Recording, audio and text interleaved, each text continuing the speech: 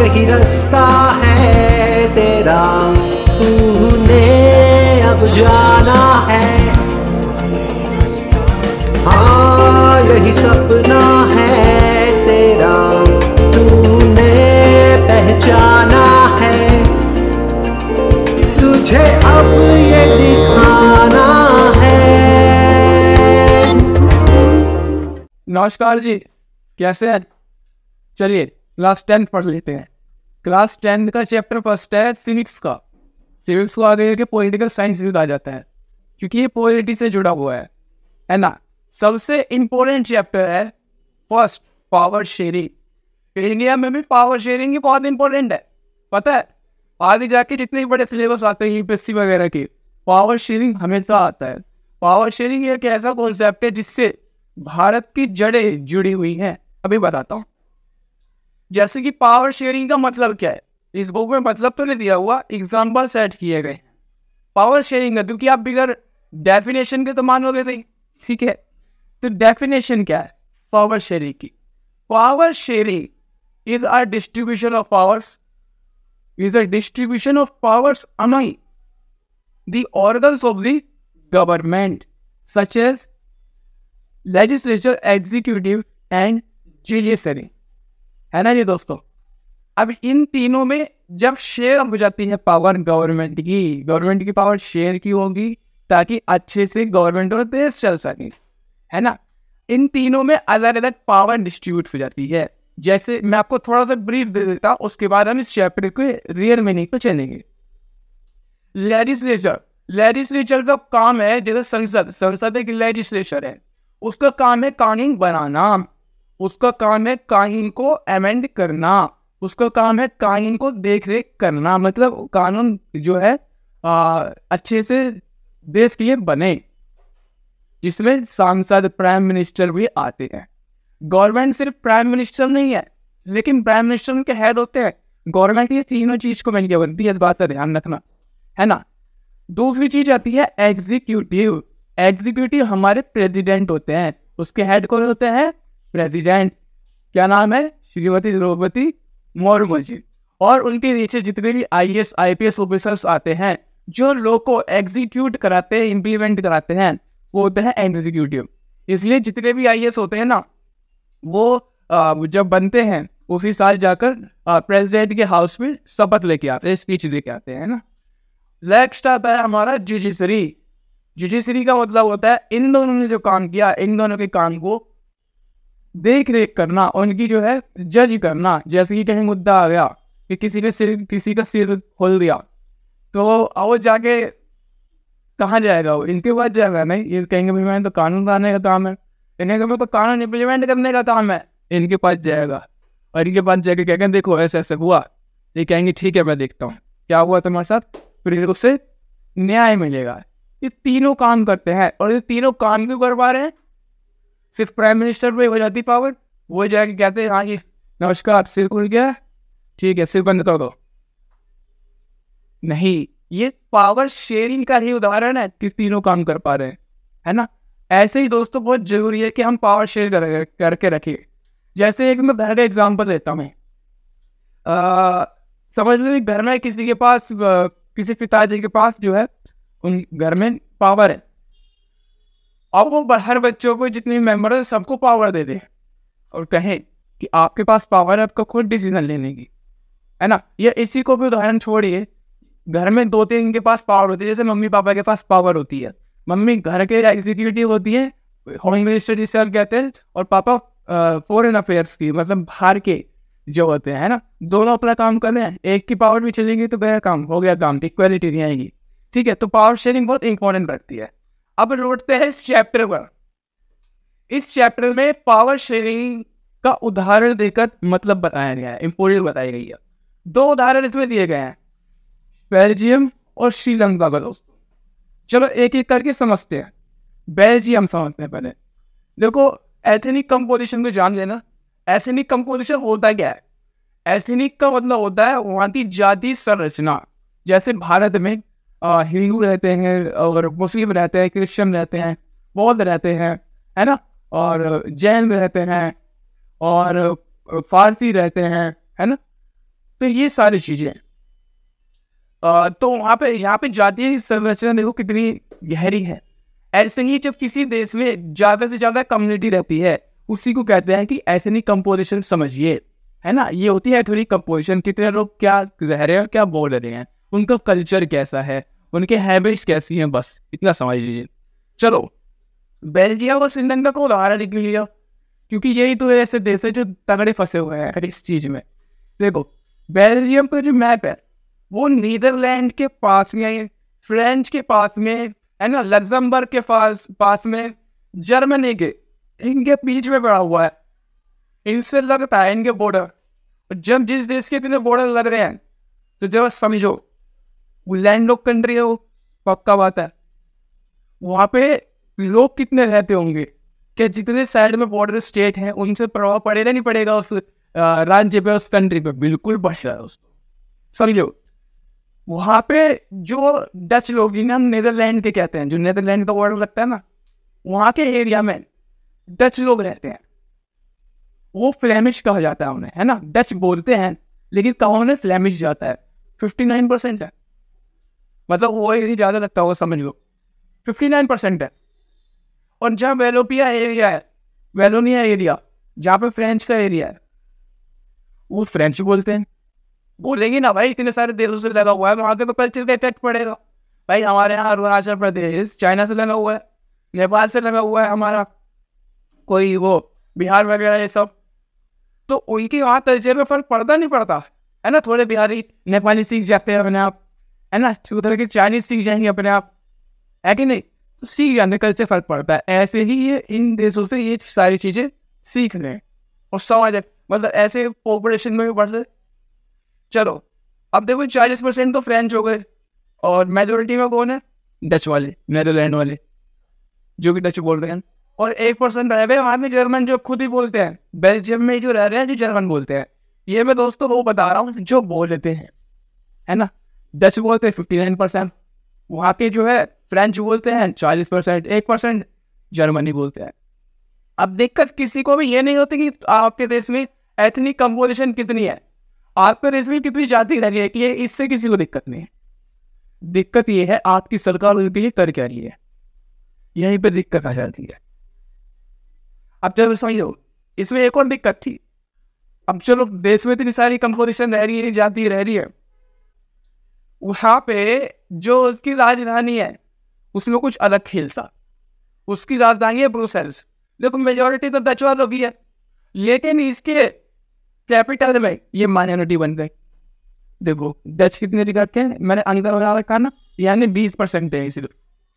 और जो फ्रेंच यहाँ पर माइनॉरिटी में थे, माइनॉरिटी में तो वैसे ये है, पर समझ लो कंपेरेटिवली ये भी माइनॉरिटी में है, वो कैपिटल में जाकर मेजोरिटी में बन गए। मतलब ओवरऑल स्टेट में फ्रेंच माइनॉरिटी में है, ब्रुसेल्स कैपिटल में जाके मेजोरिटी में आ गए। अब जरा समझो कितना बड़ा खेल हो गया। हाँ, दोनों की पावर अलग हो जाएंगी, नहीं हो जाएंगी, इसमें सेंटर में और पूरे स्टेट में, है ना जी।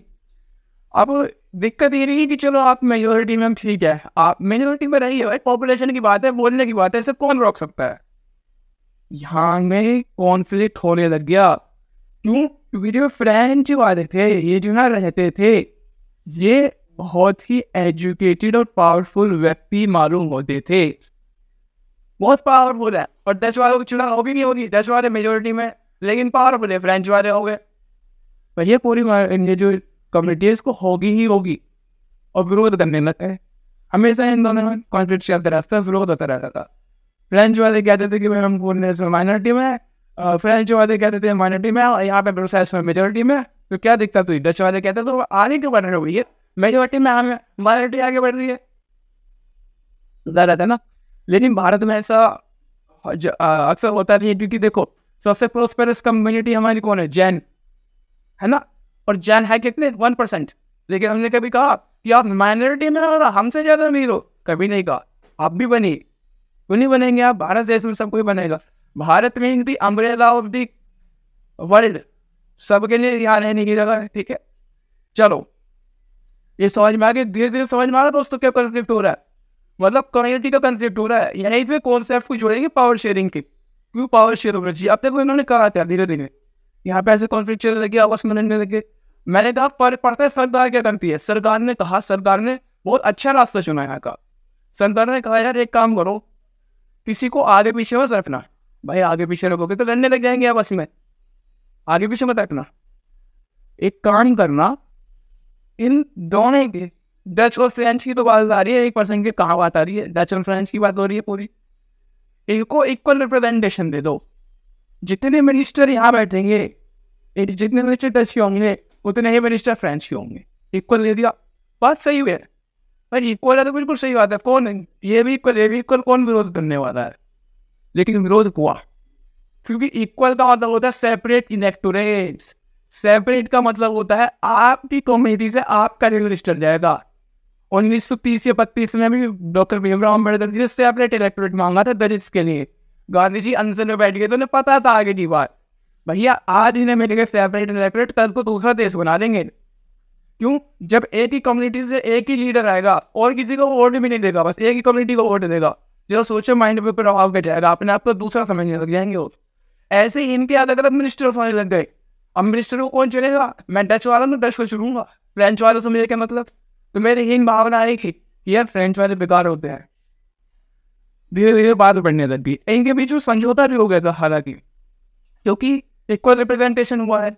दो तरीके की गवर्नमेंट थी इनमें, फ्रेंच एक सेंटर की और एक स्टेट की, है ना।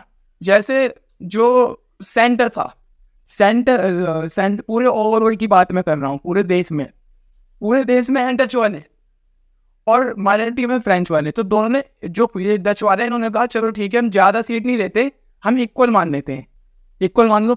इन्होंने अपनी कम सीट कर दी क्योंकि ज़्यादा वाली सीट थी, कम सीट कर दी, हाँ इक्वल हो गया। लेकिन इसके ही बदले में फ्रेंच ने, जो कि यहाँ पर मेजोरिटी में है, समझना बात को, इन्होंने भी इक्वल की हाँ कर दी। मतलब दो चीज़ हुई है, आपको मैं समझाता हूँ। देखो, एक हुई है सेंटर की बात, एक हुई है स्टेट की बात। सेंटर में कौन थे? ये ज़्यादा, और इक्वल रिप्रेजेंटेशन करना था। इक्वल रिप्रेजेंटेशन करने के लिए दोनों को इक्वल माननी है सीटें, तो इन्होंने कोऑपरेट किया। क्यों कोऑपरेट किया? क्योंकि मेजोरिटी, मैंने बताया ठीक है मैं इक्वल नहीं मानता हूँ, मैं ज़्यादा नहीं लूँगा, ठीक है। और यहाँ स्टेट्स में देखो, यहाँ पे ब्रुसेल्स में ये ज़्यादा थे, ये वाले फ्रेंच वाले देखो है नहीं, 80% है, 80% 20%, ठीक है। इन्होंने कहा कि चलो यहाँ पे मैं कोऑपरेट करता हूँ, क्योंकि यहाँ पे मैं कोऑपरेट करता हूँ क्योंकि फ्रेंच वाले की 80% है, चलो मैं कम ले लेता हूँ क्योंकि तुमने यहाँ पे कोऑपरेट किया है, ठीक है। तो यहाँ पे भी इक्वलिटी है, जरा समझो, नहीं समझ आया तो कमेंट करना। चलो आगे बढ़ते हैं। इतना समझ में आया? इक्वल रिप्रेजेंटेशन हो गया, इक्वल सही बात है भाई, दोनों ने, जहाँ पे मेजोरिटी थी और जहाँ पे माइनॉरिटी थी, दोनों ने इक्वल कर लिया, बस ठीक है। लेकिन इतना ठीक नहीं था, और भी गवर्नमेंट यहाँ पे बनने लगी, इसे कहा गया कम्युनिटी गवर्नमेंट। वहाँ की कम्युनिटी के बेस पे गवर्नमेंट बनने लग गई, क्योंकि इतनी सारी एथनिक कंपोजिशन है, कहीं ना कहीं से तो विरोध होगा। तो पावर शेयरिंग सही है कि गलत? यहाँ पर तो अभी तक सही लग रही है, हालांकि इतना बड़ा कॉन्फ्लिक्ट हुआ नहीं है अभी, कहाँ दंगे वगैरह हुए, कुछ नहीं हुआ अभी, अभी ठीक ठाक लग रहा है पावर शेयरिंग, दोनों को पावर मिल गई है, दोनों खुश हैं, ठीक है।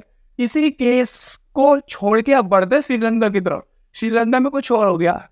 श्रीलंका देखो, इसकी जो पॉपुलेशन है 1 करोड़ है, ये हरियाणा से कम है, हरियाणा की 2 करोड़ है अभी तक। श्रीलंका से ज़्यादा है इसकी, श्रीलंका की 90 लाख है, सॉरी ऑस्ट्रेलिया की 90 लाख है ना। तो 1 करोड़ की पॉपुलेशन है, पॉपुलेशन भी ठीक ठाक है, और इससे ज़्यादा है श्रीलंका, है बड़ा ठीक ठाक, लेकिन श्रीलंका से छोटा है, लेकिन उसकी पॉपुलेशन 2 करोड़ है, यानी हरियाणा के इक्वल है।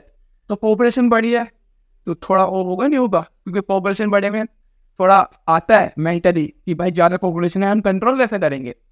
2 करोड़ पॉपुलेशन में बैठा है।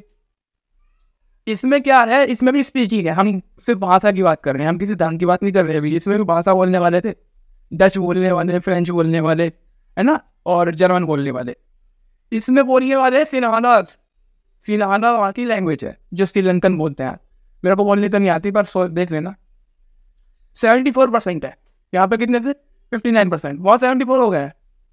अब थोड़ा थोड़ा बढ़ेगा, देखो थोड़ा बढ़ेगा पहले से। 18 तमिल है, 18% तमिल है। तमिल कौन से लोग? जो तमिल बोलते हो, सही बात है, तमिल वो जो तमिल बोलते हो, 74% वो जो सिंघाला बोलती हो, लेकिन 18% तमिल में भी सब कम्युनिटी है। 18% में से 13% वो है जो श्रीलंका में ही रह रहे हैं तमिल। तमिल तो भाई दोनों जगह चलती है, भारत में भी चलती है, श्रीलंका में भी चलती है। तो 13% तो वो जो श्रीलंका वाले तमिल बोल रहे हैं, लेकिन उसमें से 5% या उससे भी ज़्यादा 6% वहाँ आए हैं भारत के, गन्ने वगैरह की खेती करने चले गए थे।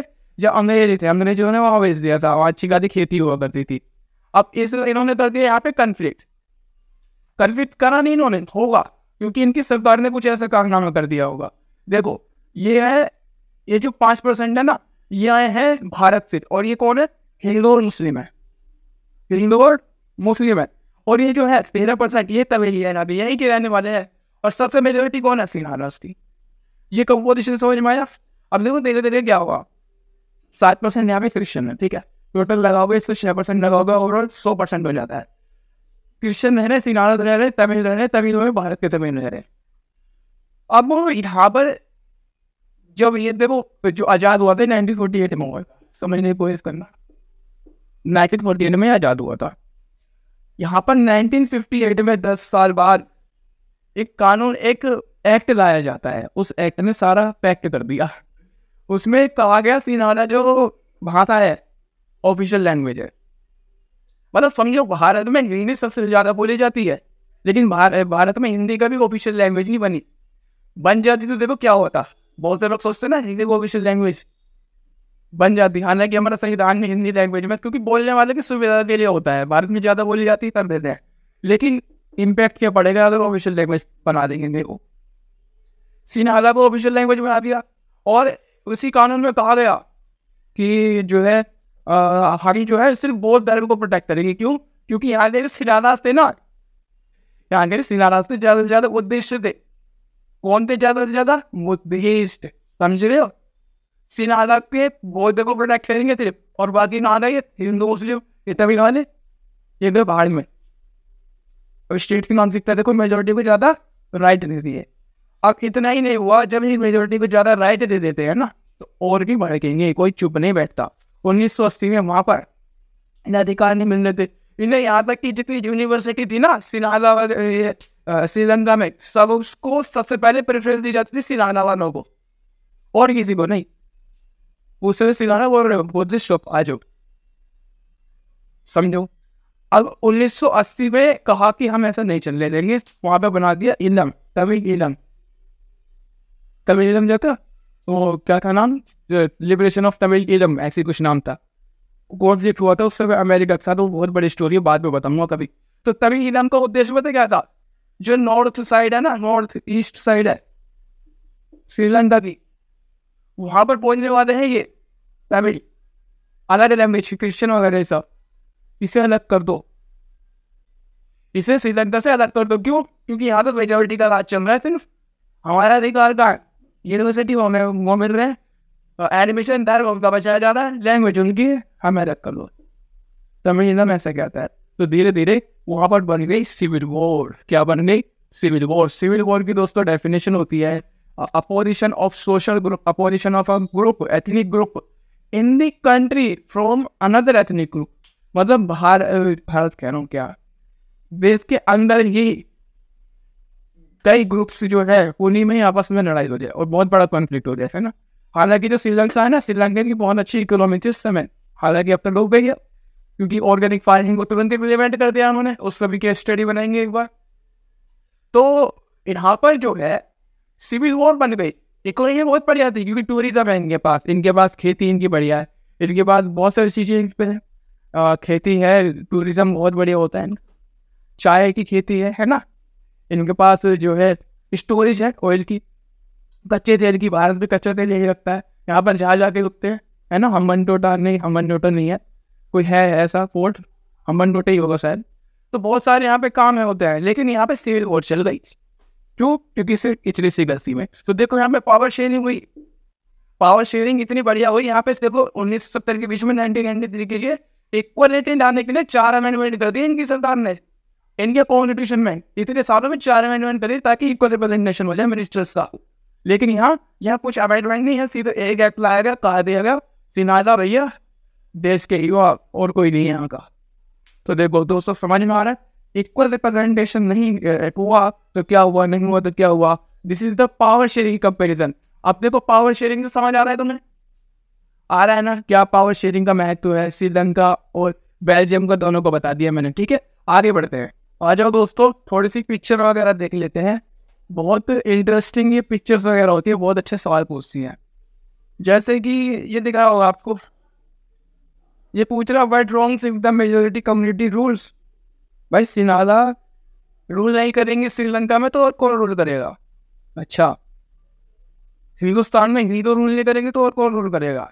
अरे रूल का मतलब क्या है भैया, रूल ऑफ लॉ होता है, कोई कम्युनिटी का रूल नहीं होता। आपकी पहचान हो सकती है कि हाँ श्रीलंका जो है सिनाला उसका देश है, ठीक है, अब मेजोरिटी ऑफ पहचान है, लेकिन रूल ऑफ लॉ सबसे बढ़िया तरीका है। भारत में भी तो कानून का शासन चलता है ना दोस्तों। तो इसका फीचर ये है, तो अगर आप सिनाला को रूल करने दोगे तो माइनॉरिटी कहाँ रहेगी आपकी, और माइनॉरिटी कहीं गई तो देश बचता नहीं है ढंग से, ठीक है। पाकिस्तान देख लो, एक बार तो बांग्लादेश में टूट गया, दूसरी बार अब टूटने वाला है बलूचिस्तान में। क्यों? क्योंकि वहाँ पे रूल ऑफ लॉ नहीं है, वहाँ रूल ऑफ इस्लाम है, रिलीजन के बेस पर बना हुआ है वो, है ना। तो समझिए जरा इसको। दूसरा देखते हैं दोस्तों, हाँ ये कह रही है, ये ढूंढ रही है कुछ, what kind of a solution is this, I am glad our constitution does not stay which minister will come from which community. वाह वेरी गुड, बहुत बढ़िया, बहुत अच्छा दिमाग लगाया है इसलिए। ये कह रही है कि ये किस तरह के सॉल्यूशन हुआ कि आपको इक्वलिटी लानी है, आपको एथनिक कंपोजिशन अपनी ठीक करनी है, तो आपको अलग अलग मिनिस्टर को अलग अलग कम्युनिटी से रिप्रेजेंटेशन दे दो। ये तो गलत है ना, इसे कहते हैं सेपरेट इलेक्टोरेट्स, ये गलत होता है। मुस्लिम लीग को सेपरेट इलेक्टोरेट्स की ही मांग थी, इसलिए उसने अलग देश बना लिया, ऐसे ही यहाँ पर हो रहा था, है ना। चलिए ये वाली फोटो देखो दोस्तों, बहुत बढ़िया फोटो है ये। सीधा सीधा इसमें देखो किस किस में लिखा गया है, इसमें शायद डच वगैरह में लिखा गया है, बेल्जियम में, फ्रेंच और डच में लिखा गया है, कुछ डायरेक्शन दे रखी है इसमें कहीं जाने की। तो एक जगह तो लिखा गया फ्रेंच में, एक जगह लिखा गया डच में। ये दिखा रहा है आपको डाइवर्सिटी, है ना। ये देखो यूरोपियन यूनियन का जो बेल्जियम में हेडक्वार्टर है, यूरोपियन यूनियन जो है पूरे यूरोप का जितने भी देश हैं उनका यूनियन है। तो इसमें दिखाया जाता है कि कैसे वो एक है। Okay, so you are saying that sharing of power make us more powerful, sounds और लेट मी थिंक। ये गंजा देखो क्या कह रहा है, कह रहा है अच्छा पावर शेयरिंग हमें और पावरफुल बना देती है। पावर शेयरिंग और कोई भी चीज़ हमें पावरफुल नहीं बनाता भैया। क्या नाम है, राजू। तो कोई भी हमें पावरफुल नहीं बना सकता। Power sharing just a solution for our ethnic composition. हमारी कंपोजिशन ठीक हो जाएगी। हमारे देश में डाइवर्सिटी है, सबको अधिकार नहीं दोगे। भाई मेरे घर में कितने भाई हो समझ लो, सबको उतना अधिकार नहीं मिलेगा, सबको उतना नहीं मिलेगा जितना मेरे को मिल रहा है। तो कैसे घर में शांत रह लेंगे। समझ लो मेरे ये बड़े बड़े कपड़े आ रहे हैं, दूसरे के लिए नहीं आ रहे। आप कितना भी रोक लो, कभी ना कभी कोई गिफ्ट जरूर करेगा वो। तो सबको ऐसा करना पड़ता है, ठीक है। तो हमें ये पावरफुल थोड़ी कर रहा है, सब इक्वल डिस्ट्रीब्यूशन हमारे लिए लो ला रहा है, हमारे लिए इक्वलिटी ला रहा है ना। चलो आगे बढ़े। चलो भाई ये वाला देख लो, जर्मन एक इंजीनियर है कोई, इसमें जो है जर्मन इंजीनियरिंग करी गई है। इसमें सीधा सीधा दिखाया गया दोस्तों कि कैसे जर्मन जो है पावरफुल थे इस स्टेट में। हाँ, और बाकी आप बताना इस जो है फोटो में क्या कहा गया है। इसमें थोड़ा देखना होगा। हाँ हाँ हाँ, आगे समझ। इसमें ये दिखा रखा है इस इंजीनियरिंग में कि उस समय दो पार्टियां हुआ करती थी बेल्जियम में, जर्मन क्या कह रहा हूँ, सोशल डेमोक्रेटिक पार्टी और क्रिश्चियन डेमोक्रेटिक ग्रुप हुआ करता था। वो एक दूसरे के जाने दुश्मन थे, लेकिन किसी की मेजोरिटी नहीं है वहाँ पे। तो उन्होंने एक दूसरे से समझौता कर लिया, कोalition कर लिया, जानी दुश्मन होने पे भी। ठीक ऐसे ही जैसे दिल्ली में दिल्ली गवर्नमेंट आप आम आदमी पार्टी और कांग्रेस से समझौता कर लिया था, दोनों एक दूसरे के विरुद्ध थे। अब जो ऑल इंडिया अलायंस पार्टी हुई है उसमें भी समझौता कर लिया जो कि एक दूसरे के विरोध में है ना। ठीक है, वैसे ही तो ये पावर का खेल है। अब चलो दोस्तों आगे बढ़ते हैं, इसको रख देते हैं। इस क्वेश्चन को समझ लेते हैं, वाई पावर शेयरिंग इज डेजरेबल। डेजरेबल का मतलब अच्छी है, वास्तविकता में ठीक है। क्यों है पावर शेयरिंग? इसी का आंसर है क्योंकि इसमें तो एक व्यंजक कह रहा था कि पावर शेयरिंग हमें पावरफुल करती है, ऐसा गलत तो हम सीधा सीधा नहीं कह सकते, पर देखिए जो हमारे कॉन्फ्लिक्ट होते हैं देश में उनको बचा सकती है। मतलब हमारे देश में जो अगर हम शेयर करते हैं पावर को, तो जो दंगे फसाद होने वाले हैं वो नहीं हो पाएंगे। क्यों? क्योंकि जब हमने पावर शेयर करी तो जो ऐसा करने वाला था उसकी विल शांत हो गई। उसकी इच्छा क्या हुई होगी? उसकी इच्छा यही तो थी, उसे अधिकार नहीं मिल रहे, उसके साथ भेदभाव हो रहा है, ये तो थी। जैसे तमिलों के साथ हुआ था श्रीलंका में, तो इसकी विल पूरी हो जाएगी। कॉन्फ्लिक्ट क्यों करेगा वैसे, और क्यों करेगा, है ना। एक काम ये अच्छा होता है। दूसरा काम डेमोक्रेसी की स्पिरिट है। जहाँ डेमोक्रेसी होगी वहाँ पावर ऑफ शेयरिंग हो गई होगा, पावर देनी पड़ेगी। डेमोक्रेसी का मतलब क्या है? Rule of people, by the people, for the people, from the people है। तो जब बाय द पीपल ही है, लोगों का शासन ही है, तो लोगों का अधिकार भी तो है, लोगों के लिए पावर शेयरिंग भी तो है। हर किसी को पावर भी तो मिलनी चाहिए। 1 वोट 1 वाला पढ़ा था ना, तो उसमें पावर शेयरिंग तो आ रही है, सबके पास पावर है। ऐसे थोड़ी सिर्फ फ्रेंच रेवोल्यूशन में कहा गया था कि जिन जो टैक्स देते हैं नोबिलिटी और जो बड़े बड़े होते हैं नोबिलिटी जैसे करके, सिर्फ उन्हें ही ज़्यादा वोट देने का अधिकार था, ऐसा तो गलत है ना। तो डेमोक्रेसी की स्पिरिट है, इसलिए बहुत जरूरी है, इसको लिख के आना अपने आंसर में। प्रूडेंशियल, प्रूडेंशियल बहुत इंपॉर्टेंट शब्द है। प्रूडेंशियल का मतलब होता है कैलकुलेटिव लॉजिक और गेन को हम गिने, मतलब बहुत कैलकुलेटेड वे में हम पावर शेयर करें। ऐसे नहीं कि ले भाई ले जा तेरी पावर है कुछ भी करना, कैलकुलेटेड वे में। जैसे हम पावर शेयर करके हमें मिलेगा क्या, हमें हम पाएंगे क्या, हम खोएंगे क्या, बहुत कैलकुलेटेड वे में, है ना। ये इसका मतलब होता है। चलो, खलील डिलेमा बहुत इंपॉर्टेंट है और बहुत अच्छी स्टोरी है। इस 9th और 10th की बुक में आपको स्टोरी के द्वारा समझाया जा रहा है ना, क्योंकि आप डायरेक्ट कॉन्सेप्ट को उतने क्लियर नहीं कर पाओगे जितना आपको स्टोरी सुनाने का दिया जाएगा। बचपन में सुनी होगी आपने स्टोरी, कहानियाँ, कॉन्सेप्ट उससे ज़्यादा क्लियर हो जाते हैं सिवाय जो हम बुक पढ़ते हैं, है ना। खलील एक लड़का है, इसके बारे में बताता हूँ। क्या हुआ, लेबनान देश है, उसकी राजधानी है बेरट। उसमें इसके मम्मी पापा रहते थे, ये भी रहता था। मम्मी का नाम छोड़ो, पापा का नाम छोड़ो, ये छोड़ो धर्म क्या था, ये बोलो धर्म क्या था। पापा थे इसकी ऑर्थोडॉक्स, मम्मी थी इसकी सुन्नी मुस्लिम। ऑर्थोडॉक्स क्रिश्चियन में होता है, सुन्नी मुस्लिम में होता है। सिविल वॉर चल रही थी वहाँ पे लेबनान में, क्योंकि वहाँ पे मुस्लिम और क्रिश्चियन का झगड़ा था, अधिकार के लिए झगड़ा था। साइड में सीरिया था, ऊपर फ्रेंच था, है ना। फ्रेंच और सीरिया में चलता रहता था। ये ऑर्थोडॉक्स वाले कहते थे हम फ्रेंच को पढ़ाएंगे, सीरिया वाले कहते थे हम सीरिया पे यूनिफिकेशन करेंगे, लेबनान सीरिया का है। तो ऐसे सिविल वॉर चल रहा था, इसने अपने अंकल वगैरह को भी गवा दिया उस सिविल वॉर में। लेकिन आगे जाकर एग्रीमेंट हो गया सिविल वॉर में। वहाँ के जो पॉलिटिकल लीडर्स थे समाज के, उन्होंने कहा चलो एग्रीमेंट करते हैं, इससे कुछ फ़ायदा नहीं है। ये तो देश, हमारा देश बहुत पहले से कह रहा है कि लड़ाई का कुछ फ़ायदा नहीं है, वसुधैव कुटुंबकम, है ना, सबको परिवार मानो, लड़ाई का कुछ फ़ायदा नहीं है। एग्रीमेंट किया गया कि यहाँ के जो प्रेसिडेंट होंगे वो, और देखो इसमें एग्रीमेंट ये पावर ऑफ शेयर किया गया, पावर को शेयर करने का किया गया ताकि सबकी वही पूरी हो जाए और किसी का भी कॉन्फ्लिक्ट ना हो। देखो क्या किया गया, जो प्रेसिडेंट होंगे ना वहाँ के, वो सिर्फ कैथोलिक ग्रुप से आएंगे। क्यों? कैथोलिक क्रिश्चियन से, क्योंकि वहाँ इनकी बहुत वो थी, पावर्स थी। अरे तो कैथोलिक ग्रुप से प्रेसिडेंट बनेंगे, उनकी वजह शांत हो गई। दूसरा कहा गया वहाँ के जो प्राइम मिनिस्टर होंगे वो बनेंगे अपने सुन्नी से, जो इसकी मम्मी जी थी उनकी भी पूरी हो गई सुन्नी वालों की। कहा गया जो डिप्टी होंगे वो बनेंगे ऑर्थोडॉक्स से, ये लोग डिप्टी प्राइम मिनिस्टर, ऑर्थोडॉक्स की भी बिल पूरी हो गई। शेयर कर रहे हैं, पावर बांट रहे हैं, जैसे एक बिल्ली बांटती। स्पीकर जो होंगे वहाँ की असेंबली वगैरह की कुछ पोस्ट होती होगी, सिया होंगे वो लोग।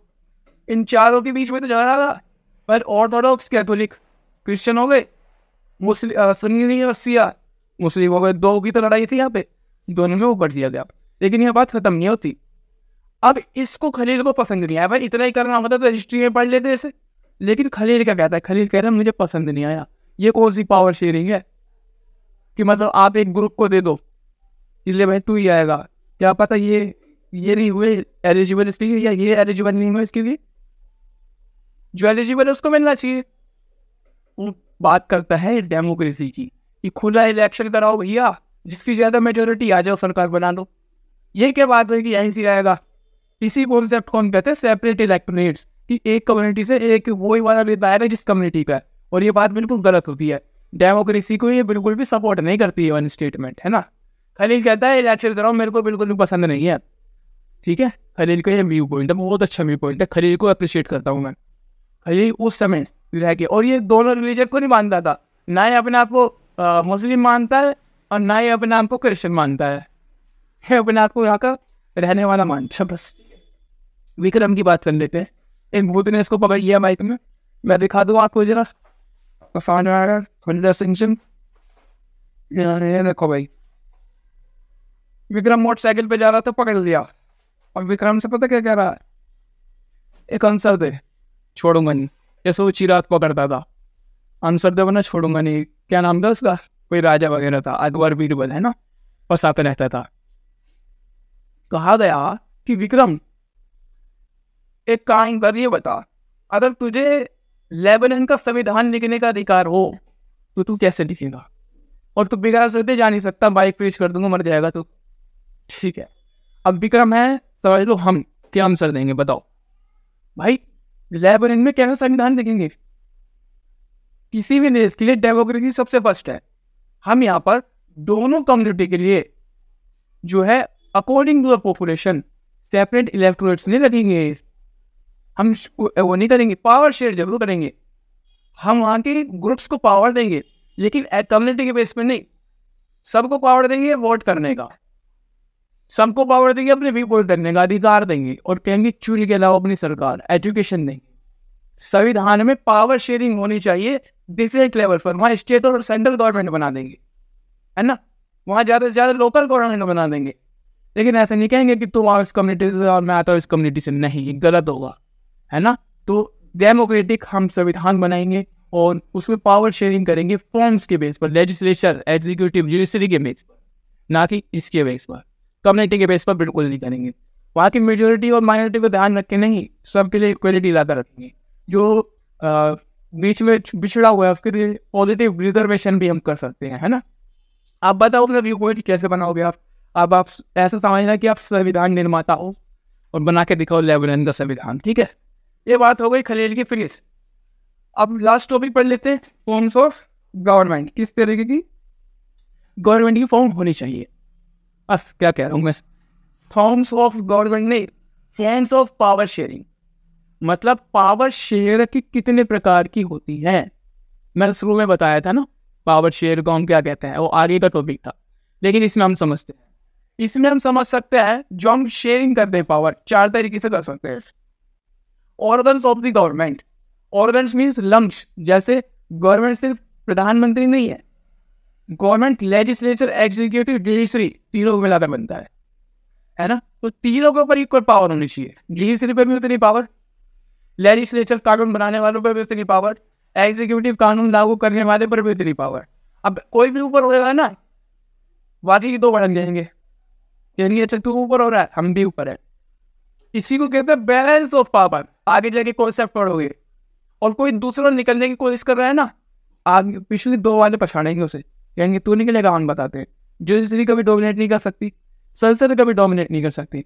हालांकि जुडिशरी को संसद बदल सकती है, पर संसद कोई ऐसा कानून नहीं बना सकती जिसे जुडिशरी, मतलब जुडिशरी बाकी सबकी पावर नीचे हो जाए। जुडिशरी बैठी है वहाँ पे संसद की काम की निगरानी करने के लिए, तुरंत कानून काट देती है ना, पछाड़ लगाती है सरकार को सबसे ज्यादा जुडिशरी, ठीक है दोस्तों।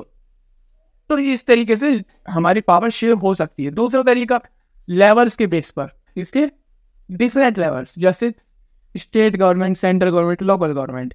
हमारे इस सिस्टम को हम कहते हैं फेडरल सिस्टम। फेडरल सिस्टम का मतलब तीनों के पास पावर्स हैं। हालांकि भारत में जो पावर्स है वो सेंटर पर ज्यादा है, क्योंकि भारत की डाइवर्सिटी को देखकर भारत को यूनाइट रखने के लिए संविधान निर्माताओं ने कार्य किया था। लेकिन ये बहुत जरूरी है फेडरल होना भी। यूपी की गवर्नमेंट के पास बहुत अच्छे अधिकार हैं, और उतने ही अधिकार हरियाणा, उतने ही अधिकार केरला, तमिलनाडु के पास भी हैं। किसी को आगे पीछे नहीं, है ना। स्पेशल हम रिजर्वेशन दे सकते हैं, जैसे बिहार, मणिपुर, इन सबको स्पेशल कुछ प्रोटेक्शन दी जाती है, क्योंकि ये बहुत सेंसिटिव एरियाज में है और बहुत जो है ट्राइबल्स अफेयर्स भी रखते हैं अपने अंदर, है ना। लेकिन इससे जो है हमारे देश में ही फायदा होता है। तो हम डिफरेंट लेवल्स को कर सकते हैं। हमारे पंचायत्स को, हमारे वार्ड्स, जो पार्षद वगैरह होते हैं, म्यूनिसिपैलिटीज को पावर है। हमारा शासन कौन कर रहे हैं? हमारी लोकल गवर्नमेंट। ऊपर का शासन स्टेट गवर्नमेंट, ऊपर का शासन मोदी जी बैठे हैं, है कि नहीं? तो जिस तरीके से this is the way to implement the power sharing in any state. ठीक है दोस्तों। तीसरा, फोन देखने गए थे, तेरा फोन वगैरह बजने लग जाते हैं। तो सोशल ग्रुप्स में हम बांट सकते हैं। सोशल ग्रुप्स का मतलब होता है कि जो आप बोल रहा है तो वही सोशल ग्रुप का मतलब कि हम पावर को शेयर करें सोसाइटी के बेसिक लेवल पर। जैसे कोई ऐसा ग्रुप है जिसकी इकोनॉमिक और पॉलिटिकल और सोशल कंडीशन खराब है, SC ST हो गए, ट्राइबल्स, है ना, बहुत से ऐसे हैं। तो उनमें हम पावर शेयर अच्छी से करें, उन्हें रिजर्वेशन दे। बेसिकली ये बात कही गई है, ऐसे पावर शेयरिंग हो सकती है। जैसे हमारे देश में महिलाओं के लिए सीट रिजर्व की जाती है, SC ST के लिए सीट रिजर्व की जाती है। क्या ये गलत वे ऑफ पावर शेयरिंग है? बिल्कुल नहीं। क्यों? क्योंकि ये third way of power sharing है। सोशल ग्रुप को अगर आप पावर शेयर नहीं करोगे तो देश में उनकी एम्पावरमेंट कैसे होगी? एम्पावरमेंट नहीं होगी, देश आगे कैसे बढ़ेगा? This is the also way of power sharing. अगर आपको पावर शेयर करनी है, अगर आपकी घर की बात देख लीजिए, कोई ऐसा बच्चा है जिसको सोचने समझने में समय लगता है, तो आप ऐसे तो सबके साथ जैसे व्यवहार कर रहे हो उसके साथ वैसे तो करोगे नहीं। उसे स्पेशल अटेंशन आप दोगे, उसे स्पेशल अधिकार, उसके लिए खाना अलग चलेगा, उसके लिए डॉक्टर अलग चलेंगे, है कि नहीं? ऐसे स्पेशल अधिकार जिनको मिलते हैं सोशल ग्रुप्स, ऐसे भी एक तरीका हो सकता है। लास्ट पढ़ लेते हैं प्रेशर ग्रुप्स, जो हमारी अपोजिशन होती हैं। ऐसे नहीं अपोजिशन सिर्फ बोलने भोगने के लिए होती है, अपने एजेंडा को चलाने के लिए होती है। सोशल ग्रुप सबसे बढ़िया देश में स्थान रखनी चाहिए। सोशल ग्रुप आपकी नेगेटिव, आपकी शैडो को बताती है। अगर मेरा कोई सोशल ग्रुप है तो मैं उनसे सीख सकता हूँ, वो बता सकता है कि अच्छा बोर्ड पर लाइट आ रही है, अच्छा लाइटिंग अच्छी नहीं है, बता सकता है। तो उसको भी पावर होनी चाहिए। ऐसे नहीं कि मैं ज्यादा पावरफुल हूँ सोशल ग्रुप को, तब मैंने गलती बताएगा। सोशल ग्रुप यानी प्रेशर ग्रुप, अपोजिशन पार्टी, इनको भी पावर होनी चाहिए। ठीक है। 4 तरीके की मैंने फोन बता दी, खरीद डिलेमा बता दिया। कुछ तो समझ में ना आया हो तो बता देना भैया, पावर शेयरिंग बता दी। ठीक है। बोर्ड वगैरह चेंज किया है, बताना ठीक ठाक समझ में आ रहा है कि नहीं आ रहा है इस पर, वरना पुराने वाले बोर्ड पे आ जाएंगे। और MCQ आपको मिल जाएंगे टेलीग्राम चैनल पर। लगाओ MCQ, भरो बढ़िया से मार्क्स, और नोट्स वगैरह देखता हूँ बनते हैं तो, है ना। एक क्वेश्चन लगा ले, क्वेश्चन लगाते एक अच्छी फोटो देख लो भाई, फोटो रह गई, पुतिन की है और अमेरिका वाले वही प्रेसिडेंट थे। इसमें दिखा रखा है कि 2005 में पुतिन ने एक डिक्लेरेशन देनी थी अपने देश में कि उसके प्रेसिडेंट के पास से ज़्यादा पावर रहेगी, क्योंकि 2 टाइम से ज़्यादा वहाँ पे आता नहीं था। उसने अपना अपोतला प्राइम मिनिस्टर बनाया था। बहुत लंबी कहानी है इसकी भी। तो उसमें दिखाया जा रहा है कि प्रेसिडेंट की कैसे पावर शेयरिंग हुई है। इसमें डेमोक्रेटिक होते हुए भी प्रेसिडेंट को ज़्यादा पावर दे दी गई है। ठीक है। व्हाट आर द फैनो question, what are the different forms of power sharing in modern democracy? ले ये बता रखी है, लगाना क्वेश्चन ये बता रखी डिफरेंट फॉर्म्स मॉडर्न डेमोक्रेसीज की है ना। जैसे कि भारत एग्जाम्पल लेते हैं, भारत में कौन सी चलती है? भारत में ऑर्गन्स ऑफ द गवर्नमेंट भी है ना। और जैसे कि डिफरेंट लेवल्स पर, जैसे अमेरिका है, अमेरिका में डिफरेंट लेवल्स पर होती है। वहाँ की स्टेट्स को बहुत पावर है, वहाँ के स्टेट्स का अलग संविधान है, वहाँ के स्टेट्स की अलग भाषा है, वहाँ के स्टेट्स का अलग झंडा है, तो उन्हें पावर शेयर हो रही है ना। तो ये अमेरिका में है। सोशल ग्रुप्स, अलग अलग सोशल ग्रुप्स को पावर है। भारत में भी है ना, SC ST को रिजर्वेशन है, OBC को रिजर्वेशन है। प्रेशर ग्रुप, भारत में शायद हो या ना हो प्रेशर ग्रुप को अधिकार, लेकिन अमेरिका और ब्रिटेन वगैरह प्रेशर ग्रुप्स को बहुत ज़्यादा अधिकार होते हैं, उनके ओपोजिशन को बहुत माना जाता है ना। चलो, आई होप आपको ये चैप्टर समझ में आया होगा। ये सारी चीज़ें हमने आज बात करी और बहुत सारी चीज़ें समझ में आई होगी। मिलते हैं नेक्स्ट वीडियो में। Good is happen. ठीक है, बने रहिए इसी सीरीज में। चलिए, जय हिंद। उठो, जागो और तब तक मत रुको जब तक तुम्हें लक्ष्य की प्राप्ति न हो जाए।